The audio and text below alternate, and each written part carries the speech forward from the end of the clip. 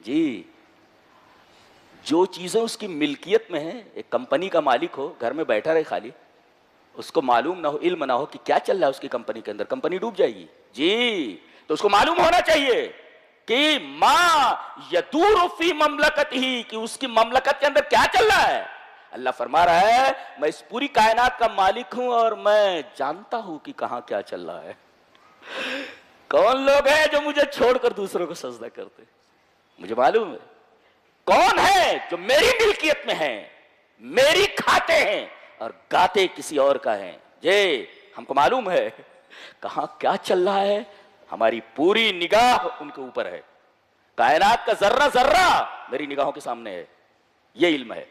تو ملکیت کے لیے ضروری ہے جا ہو، کوئی دبدبا اس کے اوپر نہ ڈال سکے، اتنا اس کے پاس دبدبا. اور تیسرے دبدبے کے ساتھ ساتھ علم ہونا چاہیے.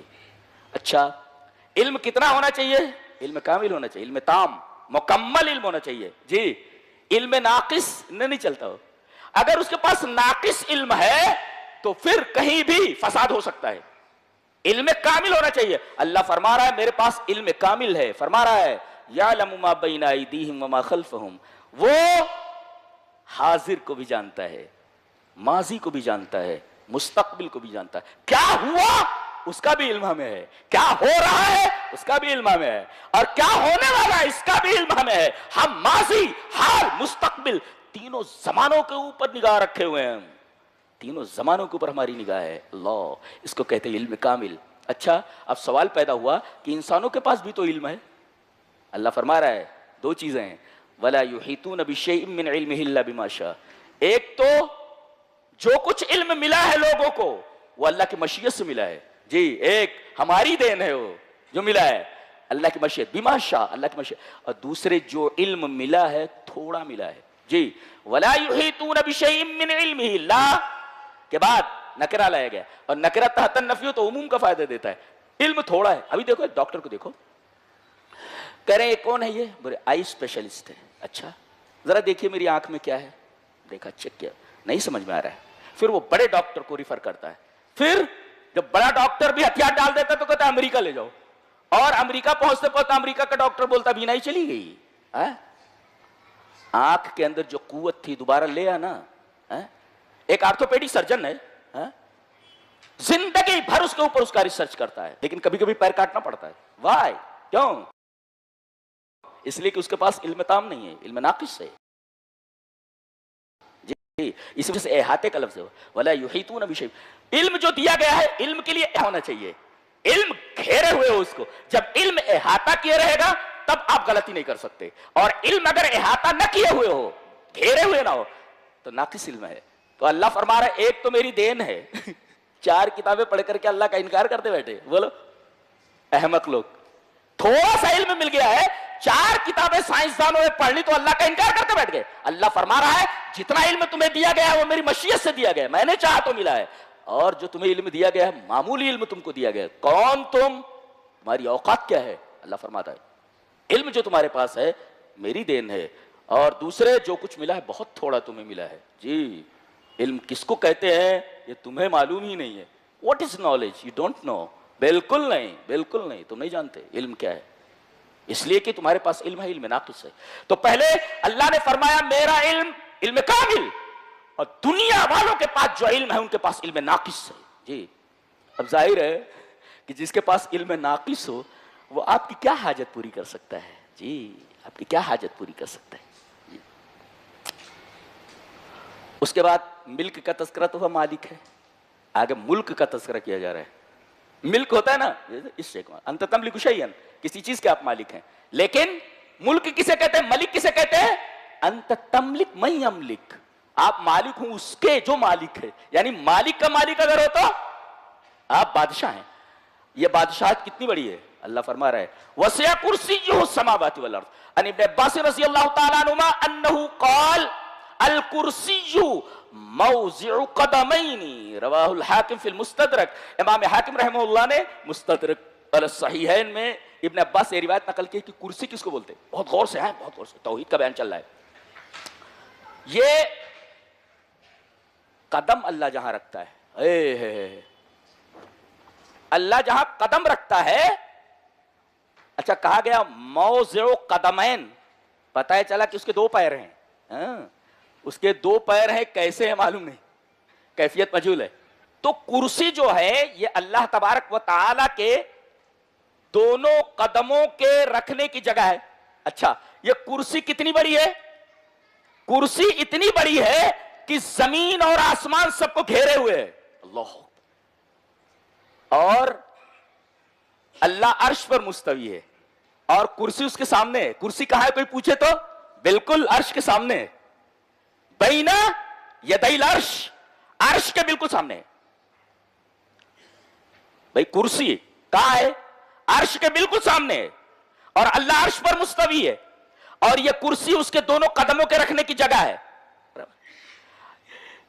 تو یہ عرش کے سامنے ہے، یہ کتنی بڑی ہے؟ خالی کرسی زمین اور آسمان کو گھیرے ہوئے ہے. اور یہ کرسی کتنی بڑی ہے عرش کے مقابلے میں؟ العرش اکبر من الکرسی، عرش کرسی سے بڑا ہے. کتنا بڑا ہے؟ اتنا بڑا ہے کہ ایک پورا جنگل ہو اس میں کوئی ایک چھلا ڈال دے. چھلا کتنا چھوٹا ہوتا ہے، جنگل کتنا بڑا ہے. اللہ اکبر، ایک جنگل کے مقابلے میں ایک چھلے کی کیا اوقات ہے. اللہ اکبر. تو کرسی جو پوری کائنات کو گھیرے ہوئے ہے وہ عرش کے مقابلے میں اتنی چھوٹی ہے جیسے جنگل کے مقابلے میں ایک انگوٹھی، ایک چھلا. تو عرش کتنا بڑا ہوگا. لا یعلم قدرہ الا اللہ، اللہ کے علاوہ کوئی نہیں بتا سکتا کہ اس کا عرش کتنا بڑا ہے. تو کرسی اتنی عظیم ہے جو کائنات کو گھیرے ہوئے، اور اس سے بڑا اس کا عرش ہے، عرش عظیم ہے. تو جو اس پر مستوی ہے وہ کس قدر عظیم ہوگا. جی اسی وجہ سے اس سورہ کریمہ کا اختتام اسی صفت کے ساتھ ہے، وَهُوَ الْعَلِيُّ الْعَظِيمُ. آیت کریمہ ختم. کرسی اتنی عظیم ہے کہ پوری کائنات کو گھیرے ہوئے، اور یہ کرسی عرش کے مقابلے میں اتنی چھوٹی ہے جیسے جنگل کے مقابلے میں ایک انگوٹھی. جی اور جو عرش پر مستوی ہے وہ کس قدر عظیم ہوگا. رونگٹے کھڑے ہو جانے چاہیے، ہمارا رب اتنا عظیم الشان ہے. اس کو چھوڑ کر کے اگر کوئی کسی کے پاس مانگنے جائے اس کا مطلب ما قدر اللہ کا قدری، اللہ تبارک و تعالیٰ کی قدر ہی نہیں سمجھی اس نے.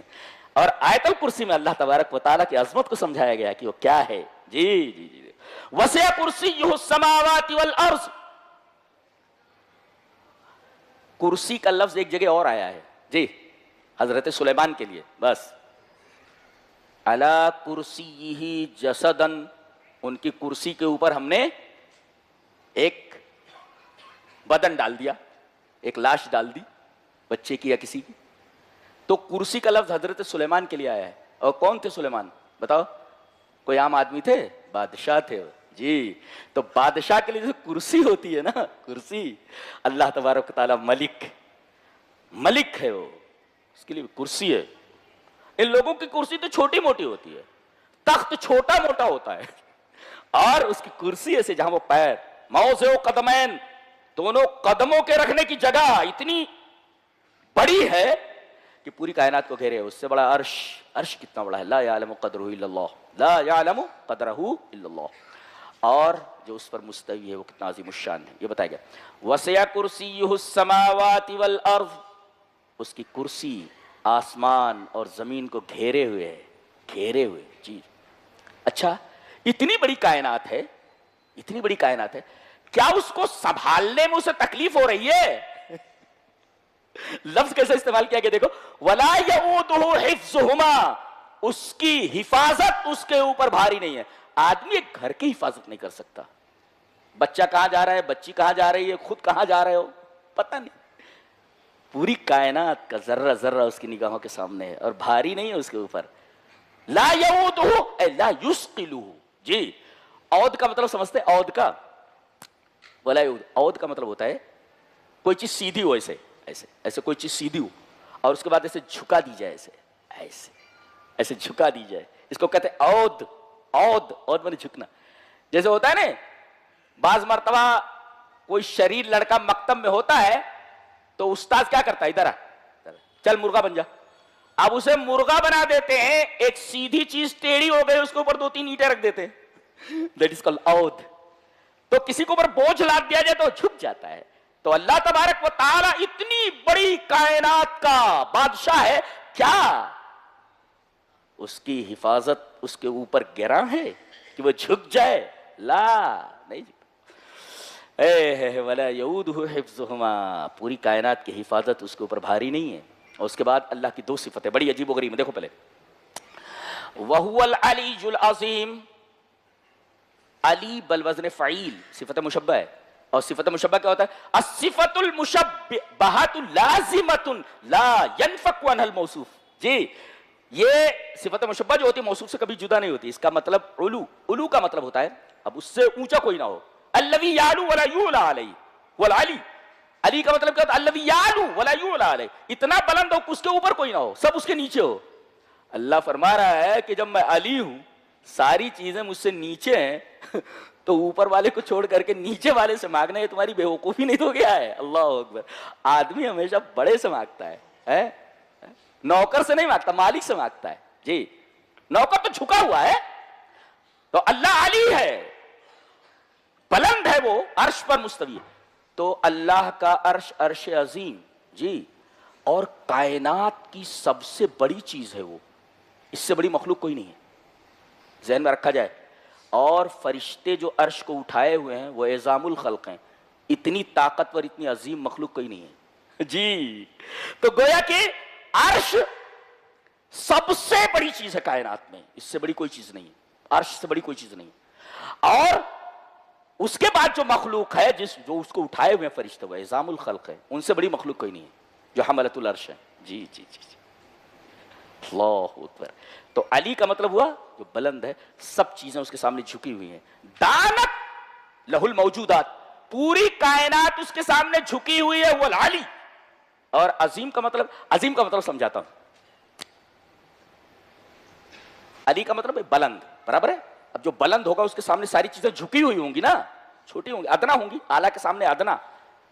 اسی وجہ سے سجدے میں ہم سے کہا گیا ہے کہ کیا کہا جائے؟ سبحان ربی الاعلی. جی جی، میرے رب تیرے علو کی انتہا نہیں ہے اور میرے دونوں کی انتہا نہیں ہے. جی،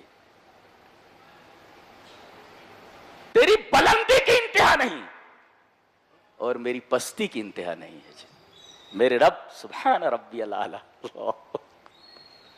علی کے سامنے ہے جی العلی، اللہ کے سامنے ساری چیزیں جھکی ہوئی ہیں. دانت لہ الموجودات، پوری کائنات اس کے سامنے جھکی ہوئی. عظیم کا مطلب سمجھاتا ہوں، یہ سمجھنے کی ضرورت ہے. عظم کہتے ہیں ہڈی کو.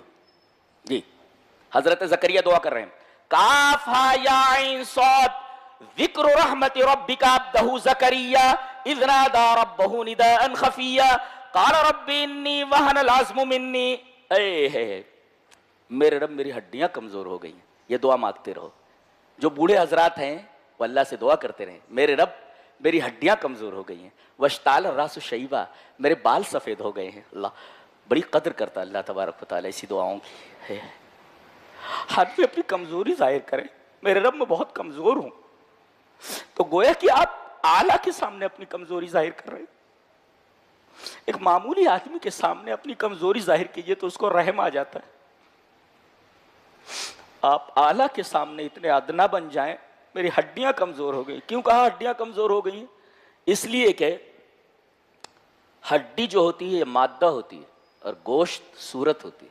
جی، اسی وجہ سے کہا گیا اللہ پہلے ہڈیوں کو بناتا ہے. فَكَسَوْنَ الْعِظَامَ لَحْمًا، ہم اسے گوشت کا لباس پہناتے ہیں. اس کا مطلب ہڈی یہ بدن ہے اور چمڑا اور گوشت یہ اس کا کپڑا ہے، کیسا ہے. فَكَسَوْنَ الْعِظَامَ لَحْمًا، اور ہڈی ہی کے اوپر پورے بدن کا دار و مدار ہوتا ہے. ہڈی کمزور ہو جائے بدن کمزور ہو جاتا ہے. جی جی، کہیں کی ہڈی کمزور ہو جائے، پیر کی ہڈی کمزور ہو جائے آپ نہیں چل سکتے. گردن کی ہڈی کمزور ہو جائے آپ گردن نہیں ہلا سکتے. ریڑھ کی ہڈی یہ کمزور ہو جائے آپ سیدھے کھڑے نہیں ہو سکتے، سیدھے جھک نہیں سکتے. گویا کہ پورے انسانی زندگی کا مدار اسی مادے کے اوپر ہے جس کو عظم کہا جاتا ہے، ہڈی. تو اب اسی سے عظیم ہے. عظیم مطلب یہ ہوا کہ عظیم وہ ہستی ہے المتفوق علی ما سواہ فی القوہ، طاقت میں جو اپنے ما سوا سے زیادہ ہو، فوقیت رکھتا ہو، اس لیے کہ ہڈی جو ہوتی ہے پورے بدن میں سب سے مضبوط ہوتی ہے اور عزم سے عظیم ہے. تو گویا اللہ عظیم ہے، اپنے ماسوا سے قوت میں، طاقت میں، پاور میں سب سے اعلیٰ ہے، اس وجہ سے اسے عظیم کہا گیا. تو گویا کہ علی ہے، اس کے سامنے کائنات کی چیزیں جھکی ہوئی ہیں، اور عظیم ہے، سب اس کے سامنے کمزور ہیں، اس لیے کہ ہڈی کے سامنے ساری چیزیں کمزور ہوتی ہیں بدن کی طرح. سبحان اللہ و بحمدہ سبحان اللہ العظیم. یہ ایک ہلکی سی تفسیر ہے، سرسری. ہم ابھی گہرائی میں نہیں گئے، گہرائی میں جائیں گے تو آپ کے سر کے اوپر سے جائے گی. جی جی، ابھی گھسے اس میں گہرائی میں، اب سمجھ میں نہیں آئے گا آپ کو. میں جس انداز سے مطالعہ کرتا ہوں، جہاں سے میں پڑھتا ہوں قرآن کی